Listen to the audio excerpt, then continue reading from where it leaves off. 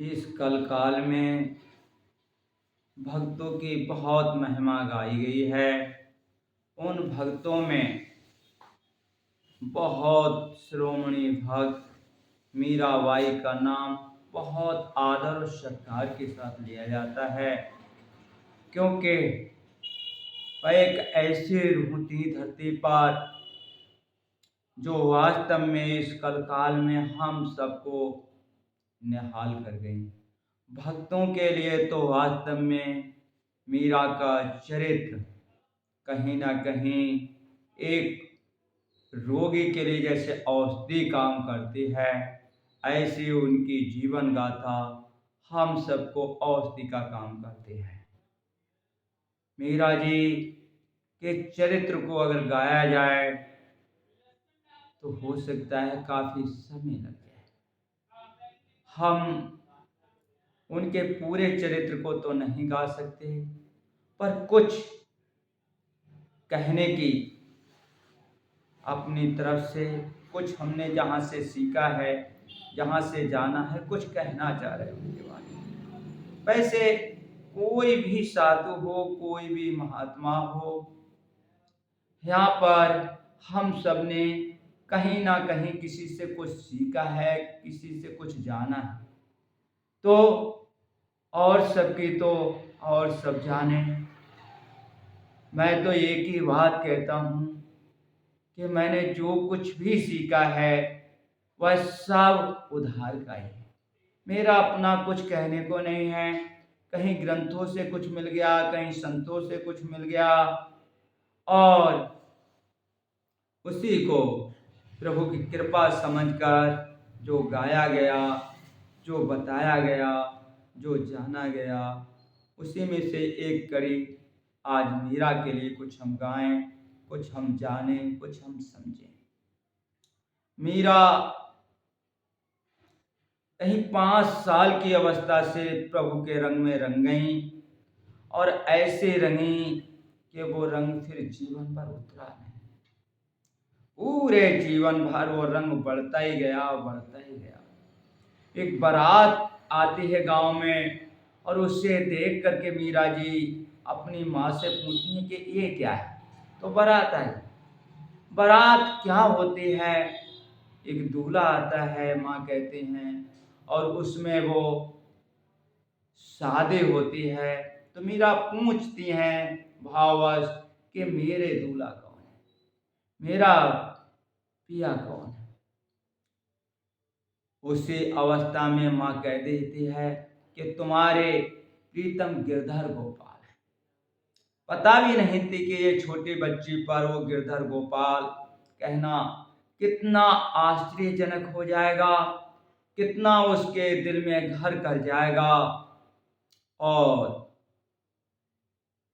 उसी समय की बात है कि पुजारी जी जो उनके घर के पुरोहित थे, पूजा करने आते हैं, और वह गिरधर गोपाल से जो पूजा करते हैं, तो मीरा रोने लगती है कि मुझे ये चाहिए, मुझे ये चाहिए। वो लेकर घर चले जाते हैं, पर सुपन में भगवान कहते हैं तुम मुझे मीरा को दे। वही गिरधर गोपाल जब मीरा को मिल जाते हैं, उन्हीं को वो अपना प्रीतम मान लेती है, साजन मान लेती है, सब कुछ मान लेती हैं। जैसी जैसी उम्र बढ़ती है, वैसे वैसे उनके अंदर प्यार बढ़ता चला जाता है।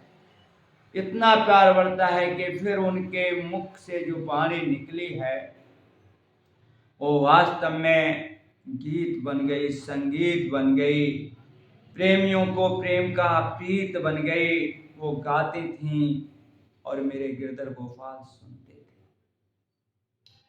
इतना प्यार उनके अंदर बढ़ा, पर मुसीबतें भी कहीं ना कहीं देखी जाएं कम नहीं थी। कुछ ही समय में माँ छोड़ गई, और परिवार वालों ने शादी करने की ठानी। भला हो परमात्मा का, जब वो कठिनाई बढ़ाता है तो भक्तों के लिए कहीं ना कहीं से उसका तोड़ भी दे देता है। भोजराज जैसे पति मिले जिन्होंने कह दिया कि मीरा आप जैसे रहो वैसे रहे, और भोजराज ने कभी उन्हें छुआ नहीं। एक बार जरूर उनके घाव लग गया था, वो लेटे हुए थे।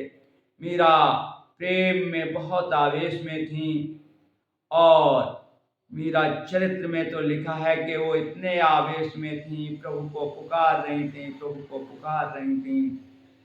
छत पर थी तो प्रभु को पुकारते पुकारते ये लगा भोजराज को कहीं मीरा नीचे गिर जाएंगी, और उसी अवस्था में वो पकड़ लेते हैं। बस उसके लिए भी फिर बहुत अपने के लिए संतावना देते हैं, अपने लिए कहते हैं कि मैंने गलत किया। मीरा कहते हैं कुछ भी नहीं, ये तो आपने बचाने का प्रयत्न था।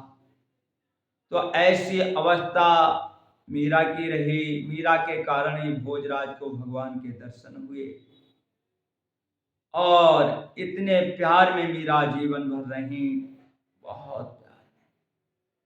जब बहुत परेशानियां भोजराज के बाद, जब भोजराज 10 साल तक जीवित रहे, उसके बाद में जब वो शरीर छोड़ जाते हैं, तब कहीं जाकर के मीरा पर दुख का पहाड़ जैसा टूटता है, और तरह तरह की ताड़नाएं, कहीं जहर, कहीं शराब का पिटारा, कहीं शेर, ऐसी यातनाएं उन्हें दी गई। फिर जब बहुत दुखी हो गई तो भगवान ने स्वयं कहा कि तुम वृंदावन चले आओ, और ये चल दी। किसी के लिए कुछ मिलने जुलने वाली जो सखियां थी, उदाबाई जैसी नंद, इन लोगों के लिए जाने की पीड़ा हुई, पर विक्रमादित्य को कोई ऐसी खास पीड़ा नहीं, और ये चली गई। वृंदावन में जाकर रहीं। वृंदावन में बहुत प्यार के साथ रहती थीं, गाती थीं गिरधर गोपाल को। यहाँ तक की बात है, ग्रंथ में लिखी हुई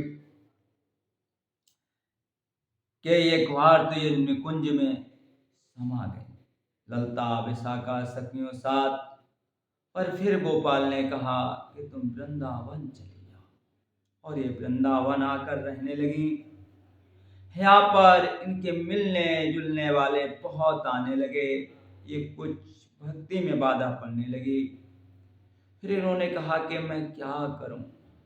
फिर भगवान ने सहारा दिया कि तुम द्वारका चले आओ, और द्वारका जब ये पहुंची तो इस बीच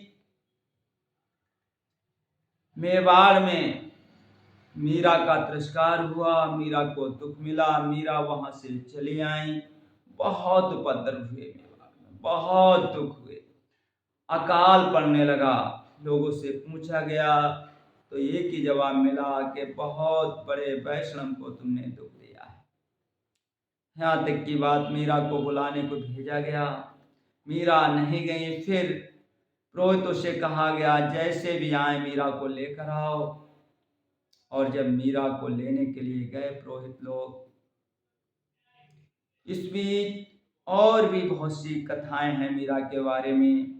अकबर आए मिलने के लिए, तानसेन ने गीत गाया। तानसेन ने कुछ ऐसा गाया कि जिसमें भूल कर दी। मीरा ने जब गाया तो वो गीत ही कुछ अलग था, और उसे सुनकर अकबर नतमस्तक हो जाते हैं। ऐसी थी मीरा। और मीरा कहे, तानसेन ने कहा भी कि हम उतना अच्छा क्यों नहीं गा पाते हैं, क्योंकि ये परमात्मा को गाते हैं और हम आपको। समय फिर आया, ये भक्ति मार्ग के पथिक जब बहुत बुलाने के लिए वो लोग आए और जा भी नहीं रहे थे, तो उन्होंने अनशन पर बैठ गए। ब्राह्मण लोग, पुरोहित लोग 2 दिन हो गए भूखे प्यासे। मीरा को उनके दुख को देख करके करुणा से मीरा का दिल भर गया और उन्होंने कहा कि सुबह के लिए भगवान से हम पूछते हैं, अगर भगवान कह देते हैं तो मैं लौट करके आपके साथ चली। मंगला आरती हुई। मीरा ने विनती के स्वर में एक शब्द सुनाया भगवान को। सभी थे वहां पर खड़े हुए और मीरा ने एक जो शब्द गाया, साजना सुदा ज्यों जानो त्यों लीजिए, साजना सुदा ज्यों जानो त्यों लीजिए, साजना सुदा ज्यों जानो त्यों लीजिए। तुम बिन मेरो और न कोई, तुम बिन मेरो और न कोई, कृपा राबर कीजिए, साजना सुदा ज्यों जानो त्यों लीजिए, साजना सुदा ज्यों जानो त्यों लीजिए, साजना। दिन नहीं भूख नहीं रात नहीं निंद्रा, दिन नहीं भूख रैन नहीं निंद्रा, तन पल पल ये चीजे, दिन नहीं भूख रैन नहीं निंद्रा, यूं तन पल पल चीजे, साजने सुध ज्यों जाने त्यों लीजिए, साजना सुदा जो जाने त्यों लीजिए, साजना सुदा जो जाने त्यों लीजिए। हो मीरा के प्रभु गिरधर नागर, मीरा के प्रभु गिरधर नागर, मिल बिछरना नहीं दीजिए, मिल बिछरना नहीं दीजिए।